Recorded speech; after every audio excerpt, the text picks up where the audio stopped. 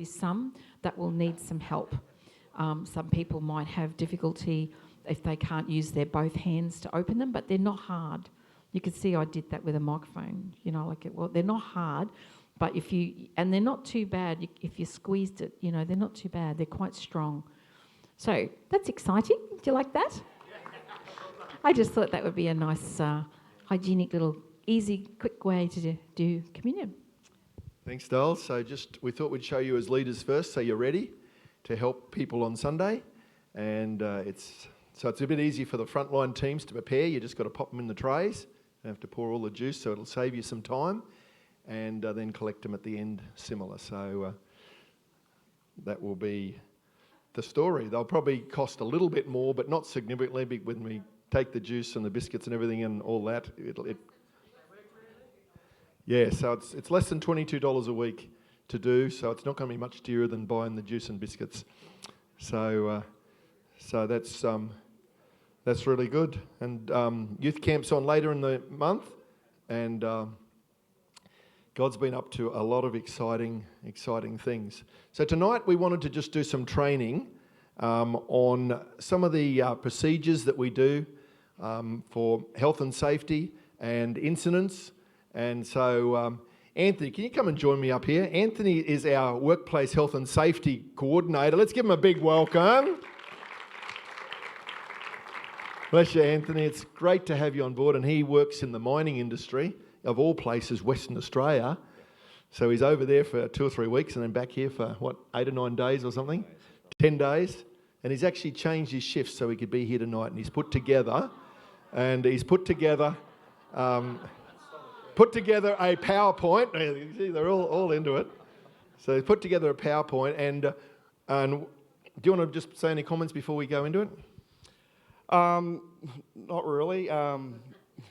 It's just that we come to church, and church is a place of love and about safety in the spirit and building in the spirit, but sometimes we forget about the physical safety of the place. So this slide is put together now. It's all about hazard and risk management and how we as a group have responsibilities legally and to ourselves to provide a safe workplace and how we go about it. And Pastor Ross is going to help me with this because I'm a bit of a chicken when it comes to public speaking. Aren't you, Pastor Ross? We might turn this on the side. Come over here with me, Anthony. We'll turn on the side a bit. So I think we're on camera. We're recording this so that people that aren't here can see it.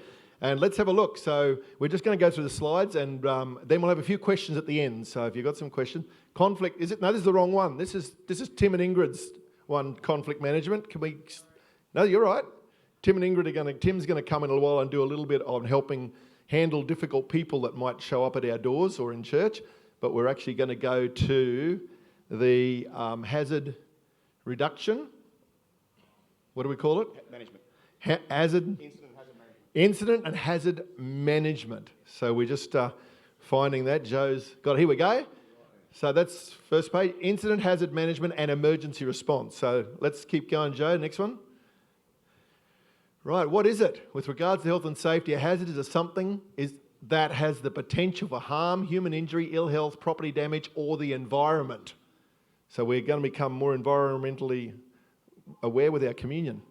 Bayside has a legal obligation under work health and safety laws to identify hazards in the workplace, assess the risks those hazards create, then eliminate or minimise them as much as reasonably practical.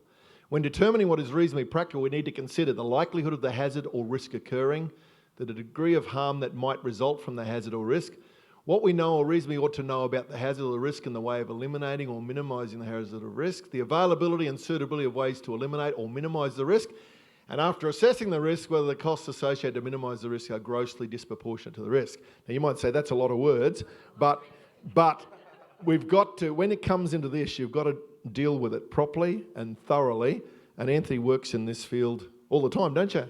On mining sites and workplaces, and so we don't want you to get lost in words, but we've just got to give understanding. Okay, let's move to the next one.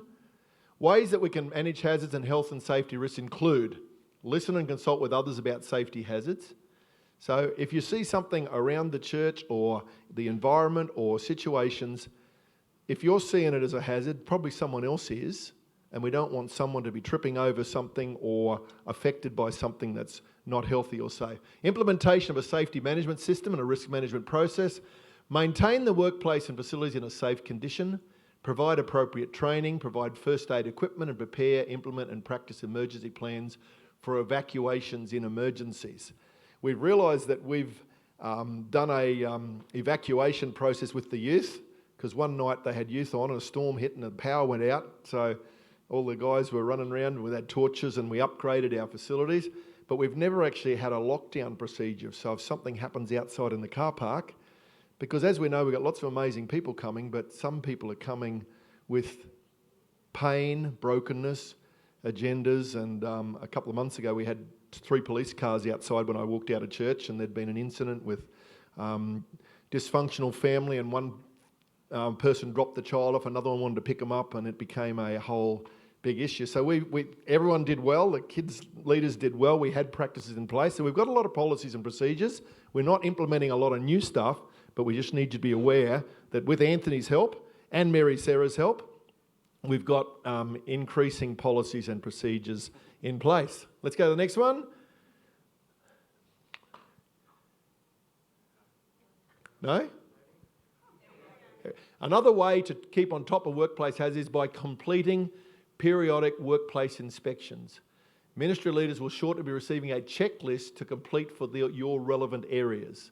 Any actions from the inspections will also be added to a register. So what's that mean, Anthony? You're going to send something to the leaders, are you? Yeah, we'll just email out a workplace inspection checklist to the ministry leaders, and from those, whatever actions are found outstanding or things that need corrective actions to fix up any hazards that we might find in those inspections need to go onto a register. And the register is a matter of compliance, so there's a record of us actually having some sort of hazard management process in place. And it also helps us keep on top of it, so it's a twofold. Now, that's good, because Peter Towler works in the church here now as our gardening and maintenance guy, and has been tidying up lots of different things. We're about to put some seniors parking signs along outside here. So we've got the 2 disabled ones, but the other 5 parking sites next to the church here are going to become seniors parking for some that have walkers or other things have operations. So we just want to try and make it a safer place progressively. Okay, so leaders, when you get those, make sure you action them. Otherwise, Anthony or Mary Sarah will be after you. Okay. Forward them back to me and I'll enter on the register. So I can do it remotely as well. That's good. We're all required to correct hazards on a see and fix basis, providing it's safe to do so. Any hazard which is outside our ability or cannot be rectified immediately is to be made safe with barricades and warning signs, reported via a WHS 03.2 hazard report form. That's a form number. So you'll find those inside the church reception, also just inside the door there on the workplace stop and safety notice boards. Yep. There's 2 different forms there. One's a hazard ID form and one's a incident report form. So they're handed to your team leader who will initiate the appropriate action. These should be then entered onto a register to assist with closeout and as a means of record. And sometimes people have moved a table or chairs too close to the entrance. It's just plain common sense to just do the common sense things and move stuff, or people have got in a group and moved chairs too close to a doorway or entrance. As leaders, just take common sense approach to all of those basic things. But we want to make sure that we've got clear processes. Okay, what are those there? What are they? That's how, it's just a little, it's called the hierarchy of control. It's how we manage hazards in the workforce. So it starts from the top with elimination, so getting rid of it, substituting, isolation and engineering, administration, PPE. So we've got things that are called hard controls and soft controls. So the top 3 ones, elimination, substitution, and engineering, are called hard controls. So once they're in place, and they're hard to get around them. The bottom 2, administration and PPE, personal protective equipment, is what called soft controls, meaning it's up to you whether you comply with the procedure or you put your PPE on. So when we manage hazards, we try to start from the top and work our way down. And they can have 2 folds as well, 3 folds as well, to mitigate a hazard. That's very good. Okay, next one.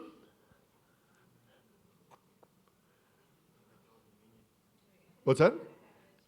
Here we go. Incident management. When someone suffers an injury or illness on the church premises, or as a result of our activities, Bayside is committed to ensuring the incidents leading to the injury or illness are investigated and will aim to prevent any reoccurrence. And we've already been doing that for years, but we just want to reiterate that to leaders.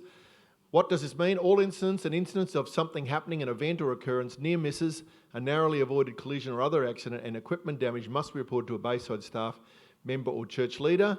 Incidents, near misses and equipment damage must be recorded on the form. Incident injury report form for investigation and corrective actions. These are then added to a register, and these are available from the church office, or they're available over on those on the notice boards. Most of you probably walk in and don't notice the evacuation plans and other things. We have those in place, so we just need to be aware of those. So some of this is just renewing your info. Other new leaders don't know, but Anthony's helping us to sharpen it up and make it even more effective, and that's our process. An emergency situation that poses an immediate risk to health, life, property or environment. This is the emergency procedures. Most emergencies require urgent intervention to prevent a worsening of the situation. Emergency evacuation plan, that's posted near the exits that I mentioned.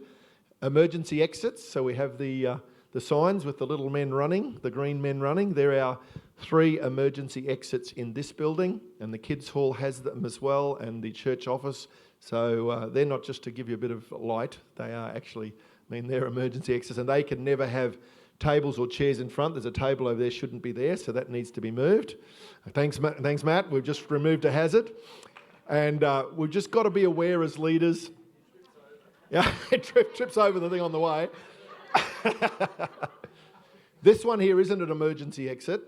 We've got those 3 that are, and that's where the signs are. And there. So the idea of those, the idea of having those response plans up there, those diagrams, and so you can locate those things, like first aid kits, where the exits are, extinguishers, they're all on those plans as well. So if you're looking for a first aid kit and go like that, okay, it's over in that room over there. So that's the intent behind them. Okay. So we've got quite a few first aid kits. We have someone comes in and updates them every 6 months is it or something. Yeah, so they come and make sure all the gear is in there, and so there's a list of where they all are. Most of them are in the kitchens and appropriate places. So you've got evacuation assembly areas, location of first aid kits, location of fire extinguishers, fire emergency response procedures, and smoke alarms. So we've got to have all of those things happening in our place. There's your emergency evacuation plan. Solid lines means your most direct route. Dotted lines is secondary route, assembly areas, one either end of the property. So where are the assembly areas from here? Okay. Right, okay, so out in the car parks, if there is a fire or a major hazard that happens inside here, we have to do that. And we're supposed to practice it once. Yeah, no, up the back. Yeah. And we're supposed to once a year practice that. So we did it with the youth, I think, last year. So one leaders' night, we might just do an evacuation, so get ready. Okay? Because all the leaders know how to do it. If it happens on a Sunday, then we can always be there to help us. We doing one tonight?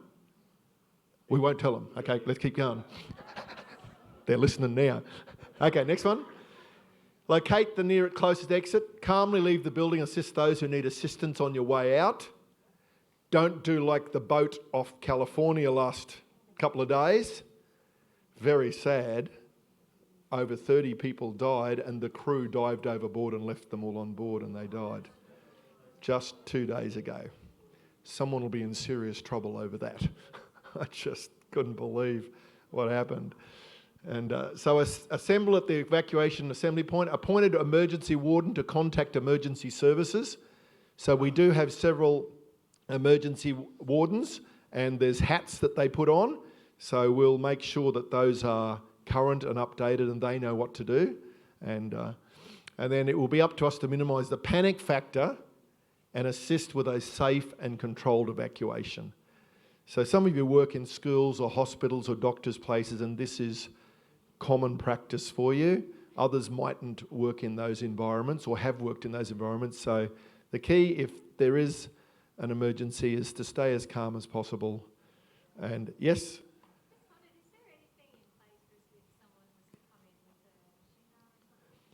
Well, we got a lockdown procedure soon, so we're getting there.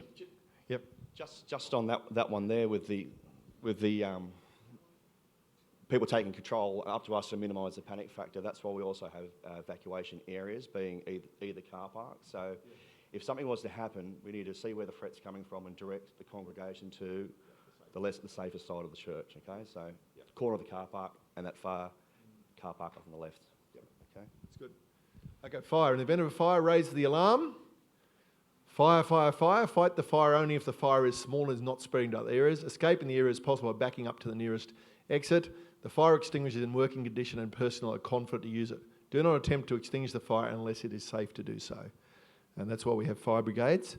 But if it's a very minor fire and it's clearly safe with one fire extinguisher is going to put it out, then that's acceptable. But you don't become the heroes and get ourselves into trouble. Okay? So that's fire. What's the next one?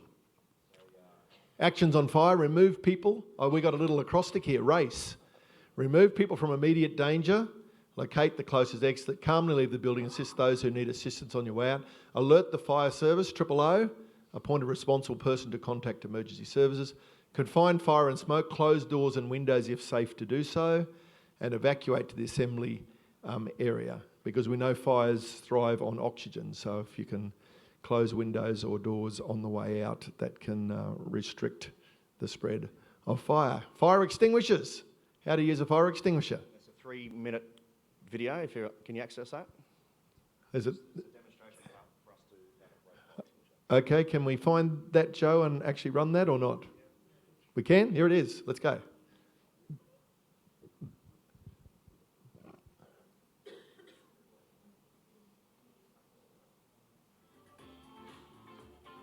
Hi everybody, I'm Ian from Australian Fire Protection, and today we're going to look at using the fire extinguisher. So everyone, before we commence the task procedure, there's 2 other steps we need to make sure we carry out. Firstly, grab the fire extinguisher, put it down on the ground or on a secure surface, and grab hold of it around the neck of the extinguisher. From there, we need to break the tamper seal off, which will allow us to commence the task procedure. Grip it, twist it, snap. From there, the first part is pull the pin. Pull the pin out of the extinguisher, and then we're able to move on to the aim. We need to get hold of the nozzle or the fire hose so that I'm able to spray directly on the fire. From there, we're able to squeeze the 2 triggers together, which will have the product flowing out of the extinguisher. And last but not least, we need to squeeze the extinguisher backwards and forwards across the fire. Once we know we've got it out, take 2 steps back, clear the air out, and safely move away. Here's a couple of safety tips to remember. The first one is, make sure you give yourself plenty of room between where you're going to spray the fire extinguisher and the products that are on fire. That way we're not going to blow them back on ourselves or potentially spread them further away, creating a big fire. Secondly, once you've extinguished the fire or believe you've extinguished the fire, take 2 steps back and then assess the situation. If it's out, clearly move off to the nearest safety area. So, where do we go now? We're going to bring in one of our team members and we're going to actually show you how to deal with a live fire situation using a fire extinguisher. So now Morgan's going to break the tamper seal off the extinguisher. She's able to now pull the pin from the extinguisher, take hold of the nozzle and test the fire extinguisher. She's able to come into a safe area, spray the fire extinguisher across the top of the fire, extinguishing the fire, takes 2 steps back and is now able to clear the area safely. So everybody remember, secure the fire extinguisher correctly, grab hold of the temper tag, twist, snap and pull, and then now I'm able to pull the pin out of the extinguisher. Pin's now out, I'm able to squeeze the 2 handles and make the extinguisher work properly. Take hold of the hose and sweep backwards and forwards across the fire.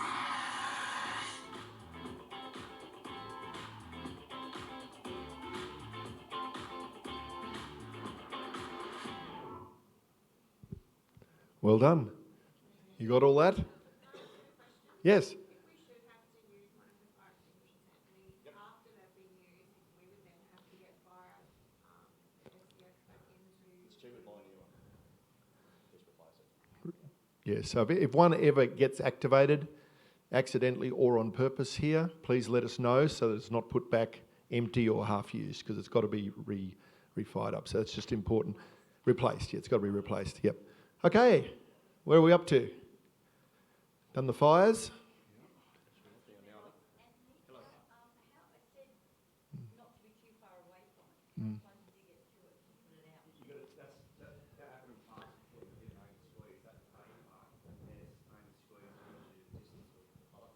Being expelling for the fire extinguisher.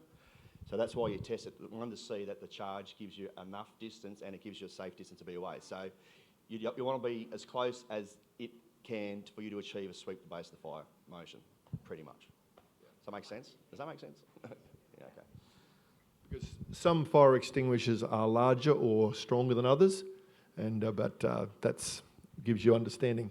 Okay, yes, Jamie. Anthony just said it, but What? they didn't actually show that you should be sweeping the base of the fire, not, actually said across the top of the fire. Yeah, sweeping the base. That's right. He did say if you're going to sweep across the top, you're going to blow the flammable on-fire material away. So as you approach, as you said, you just grab it, you test it, because the last thing you want to do when you're approaching a fire is get to the fire and squeeze and it doesn't work. So that's why you test it first, and it gives you also for the distance, for a safe distance, and then sweep across the base of the fire. That's that. It's pretty simple. Yeah. Very good. Thanks. Jamie works in workplace health and safety too, so that's why. Okay, where are we up to? Next one. Okay, medical emergency. We've had a few of these. Medical emergency. A medical emergency. We've got a few doctors in the house, so we just grab the nearest doctor. But let's have a look what we're supposed to do. Contact emergency services. Provide the following information: nature of medical emergency, location, and your name and phone number from which you're calling. Do not move casualty unless necessary, and personnel trained in CPR and first aid to provide the required assistance prior to the arrival of the professional medical help. So if someone has a bad turn, or they trip over or something, obviously get the attention of a frontline team member or a pastoral leader, and then we've got quite a few doctors and nurses and people that are trained in first aid to come and assist. So don't be the hero and try and move them and do whatever, because we know that you never know what injury might have happened or what other existing conditions they've got that we need to be very careful and aware of. Okay, a bomb threat. Oh, we don't want one of these, but anyway, we're supposed to know. Telephone bomb threat. Keep the caller talking. Do not hang up even if the call has ended, as this may assist in tracing the call. Number 2, remain calm and do not do or say anything that may encourage irrational behaviour. Notify police ASAP. This may require the recipient of the call attracting the attention of someone else to contact police, so as to avoid the recipient breaking the contact, and consider evacuation to assembly area. Record the following details: exact wording of the threat, location of the device, no matter how general, time of detonation, name, sex and other details of the caller, such as estimated age, details of speech, accent, delivery and background noises. Prior to evacuating, check your immediate work area to see if there are any packages, bags or other forms of container that are out of place or do not belong in the area. Do not attempt to inspect the item. When evacuating the building, leave doors and windows open. Do not leave the evacuation assembly area until advised to do so. Anything else you need to add to that, Anthony? That's pretty clear. Yep, that's straightforward. Okay, next one. Lockdown. Yeah, this one was a bit difficult for me to do, so it's a bit out of my scope. So I've pretty looked around different churches around, in particular, the United States, to see what they had in common with their plans. And pretty much, you can sit down now. A lockdown should be initiated when a situation arises that requires the isolation rather than evacuation of people from an identified threats. So threats to the safety of individuals include aggressive or violent intruder, siege, hostage incident or robbery, and severe storms. So the primary objective of a lockdown is to separate the threat from the occupants and to ensure everyone remains secure and safe in the building. So the decision to enforce a lockdown will be made by the senior person on site and will be initiated by the words lockdown, lockdown, lockdown. Now some churches over in America, they use a calm worship song, everyone knows, which triggers the lockdown process, but this, I thought for now, this is what we come up with, and they're all comfortable with what it means, you know. So there's no confusion of what lockdown means. Yes. Okay. Next, please. Okay, actions on lockdown. So lock all doors and windows immediately. If a door can't be locked, attempt to block the door with heavy items. So turn off all lights and close the blinds or curtains where fitted and it's safe to do so. So I was just looking around during the last slide, we don't really have curtains on these doors here, so I suppose our alternative is this segregation of the room, the half room curtain and the congregation coming forward. Contact other active ministries on site to alert of the lockdowns. Obviously, we try to make contact with the kids and children's ministries across there. Contact local police. Instruct all personnel to stay low and away from the windows and doors. Keep all personnel inside of the building. Silence phones and other electronics, and a head count for all persons in the room. And assist those with special needs, and remain indoors and under lockdown until we receive an all clear from authorised personnel. Is that pretty basic? There's a lot of words there, but it's basically keep quiet, get out the way, get away from the windows, close the curtains, get down low, make contact with other ministries, contact police. Lockdown in kids' church. So in the event of a lockdown, the ministry leaders shall lock all doors and windows immediately. If a door can't be locked, attempt to quickly block the door with heavy items. If outside, proceed to the closest securable room. Probably the toilets. Turn off all lights and close the blinds and curtains. Instruct all personnel to stay low and away from the windows and doors and remain quiet. Take attendance to ensure all children are accounted for. Do not release any children until all clear is given and it is directed by the team leader. Should a parent come to claim a child, identify them as a parent and then allow the parent to wait with the child. The all clear signal for the lockdown will be given in a face-to-face encounter with a senior person or law enforcement personnel. That's about it, I think. And that's it. Sorry about that. Well done. Hey, a couple of questions. Yep, Mike, you had something? Yep.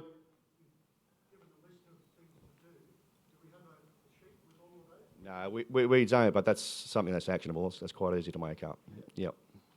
It'd be good to have a sheet with a tick list on it.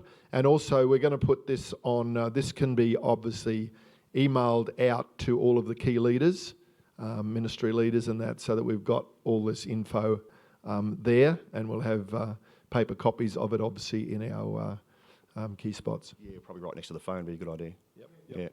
Yeah. Yes. Yeah. That's really good. Jamie, you've had a question?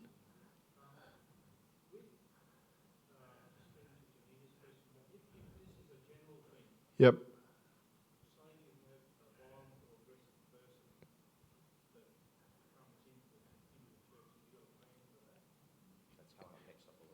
Tim's got some info on that next. Obviously, police need to be called, and we make it as safe and secure for everyone else as possible. But I think we're going to address that a little bit more there. Anyone else had a question? Yes, Ben? Yep.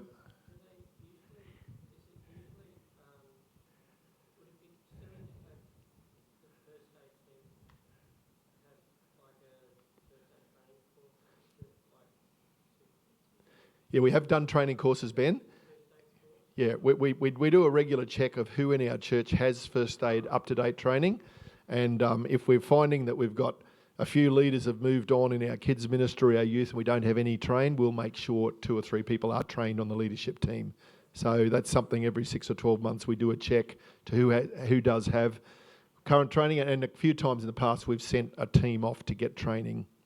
And that's what we could probably do too in response to that, is with our Workplace Health and Safety Board, we can actually have a list of first aiders. So there's a list of names you can refer to if you wish. That might help. Yep. Very good. We might, thanks Anthony, let's give him a big help. Tim's got some more info here on conflict management when difficult people enter our building or cause problems or outside. Thanks, Tim. Just on the information that will be up there, there is also a frontline manual and all the details of the who has first aid and all that would be in the manual as well. We're busy updating the manual at the moment, and hopefully when Luke comes back in 2 or 3 weeks' time, that will be finalised, where we will put some of this information as well on conflict management.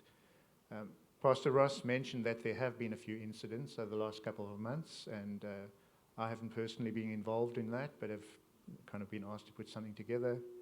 Peter, I think Rachel, and others have been involved and have done a very good job. But basically what we want to go through tonight is just so that we have some common language and common understanding of what we need to do.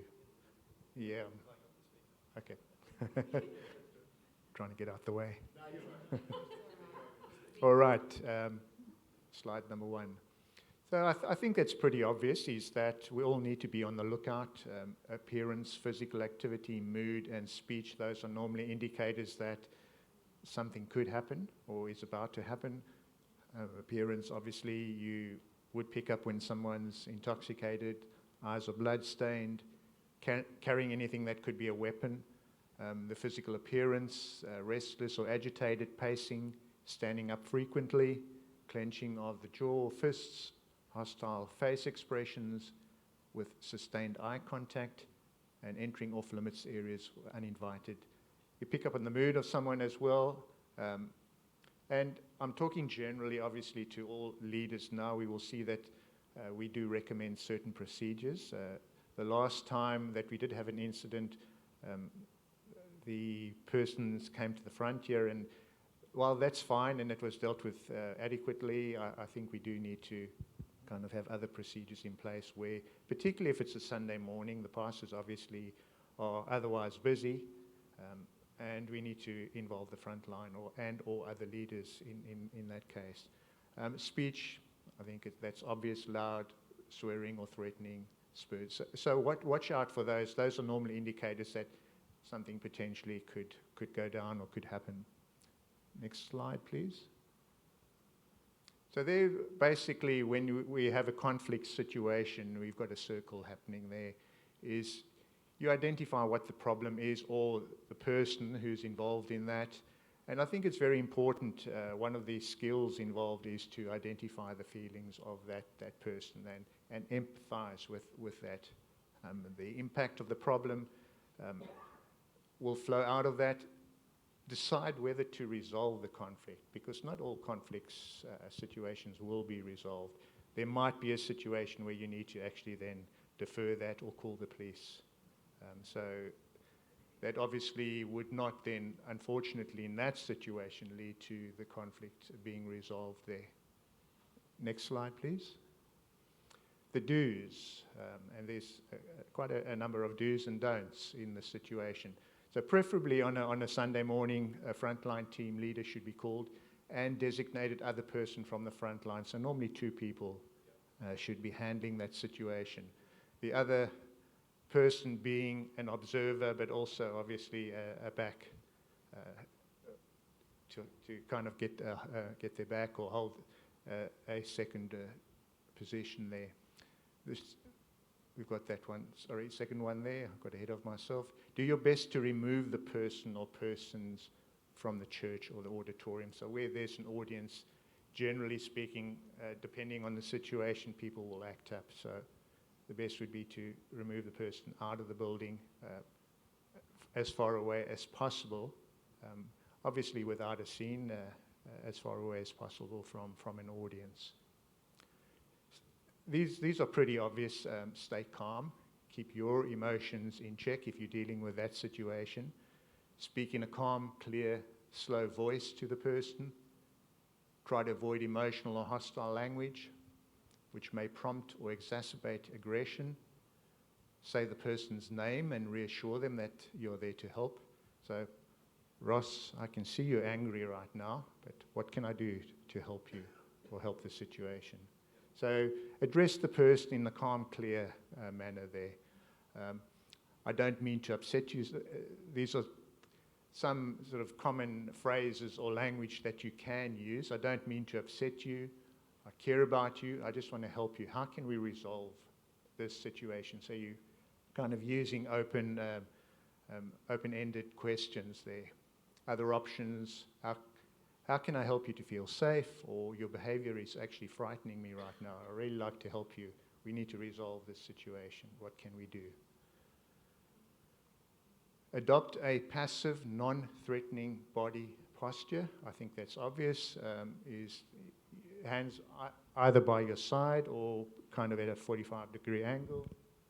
That you're not clenched or ready for a fight. Let the person air his or her feelings and acknowledge them. So I think that comes actually... Would you go back to the other slide for a moment, please, Joe? The previous one. if you can see there that it's not too clear, there's some of the conflict resolution skills are, and a couple, you see the guy is empathy. Empathize with the person. Be compassionate. Listen. Activate, obviously, listening skills there as well. And you're trying to bring about resolution, and you're trying to facilitate an amenable solution to the situation. So those are some of the skills that basically you will be using in that situation. Flick forward again, please, Joe.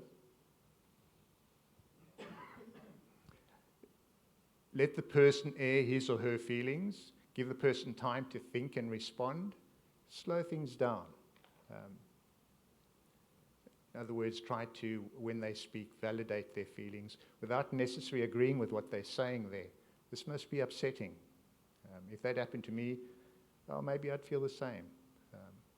You don't have to agree with the content of what they're saying, but you can focus on the obvious emotions that person is displaying and kind of respond to that.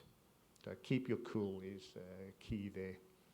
If the behavior intensifies, give the person a choice to help them feel like they're still in control. I think those are the choices that Ingrid gives the preppies a lot of every day. Sort of, if you continue like this or like that, I'll call the police, yeah. But if you calm down, maybe we can find another way to resolve this. Open-ended questions, we've dealt with that. Be flexible, obviously within reason. And use the space as well for self-protection. Obviously, if you're at a door, have a quick exit. Or if you're outside, maybe get behind or the other side of a table or whatever the case is. But where there's no weapon that can be picked up or a chair that can be picked up and thrown at you. I've had that before, but you've got to be aware of the environment that you're in. Structure the environment to ensure safety. If at any stage you feel you need, and this is where you kind of realize maybe that this conflict situation can't be solved, the person who's with you, maybe you can just give them a signal that that person can move off and we need to call the police. But we do have 3 policemen in our congregation, and their names are? Aaron. Yep. Mark. And what we're wanting to do is, when we update the manual with this information, is actually have their names there and photographs there. So that's a task, Mary Sarah, for you and or to Neil to do, please.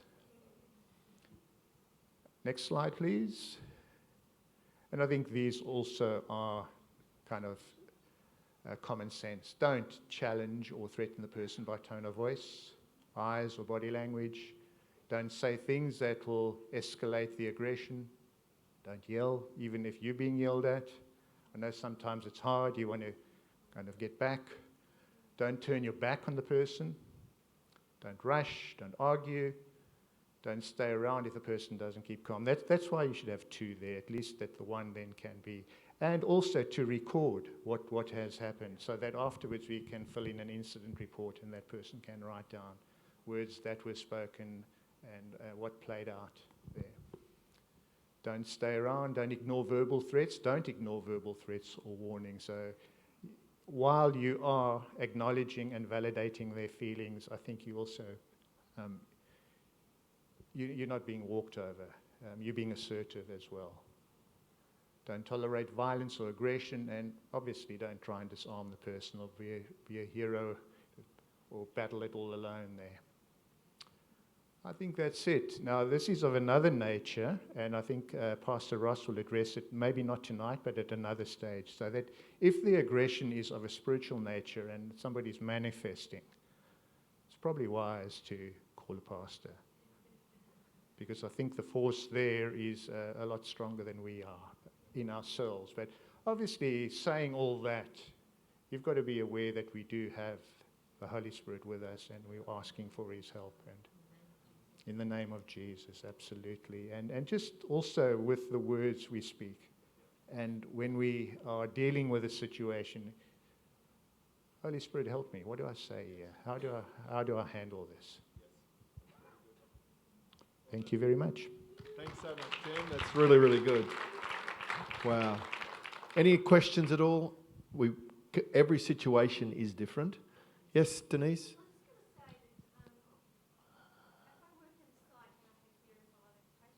Yep. Something that really helps is that you're not actually alone in the situation. So if you actually see someone being confronted like that, then go and stand near. Near, that's right. So that you can actually point forward. And sometimes that's enough to make an aggressive person back down if they actually have, if they have thoughts of attacking someone, they're much less likely to do so if there's 3 or 4 around. If there's other people around, that's right. So it's wisdom and common sense. Thankfully, we don't face these things often, but the reality is we do have some people come that have mental health challenges.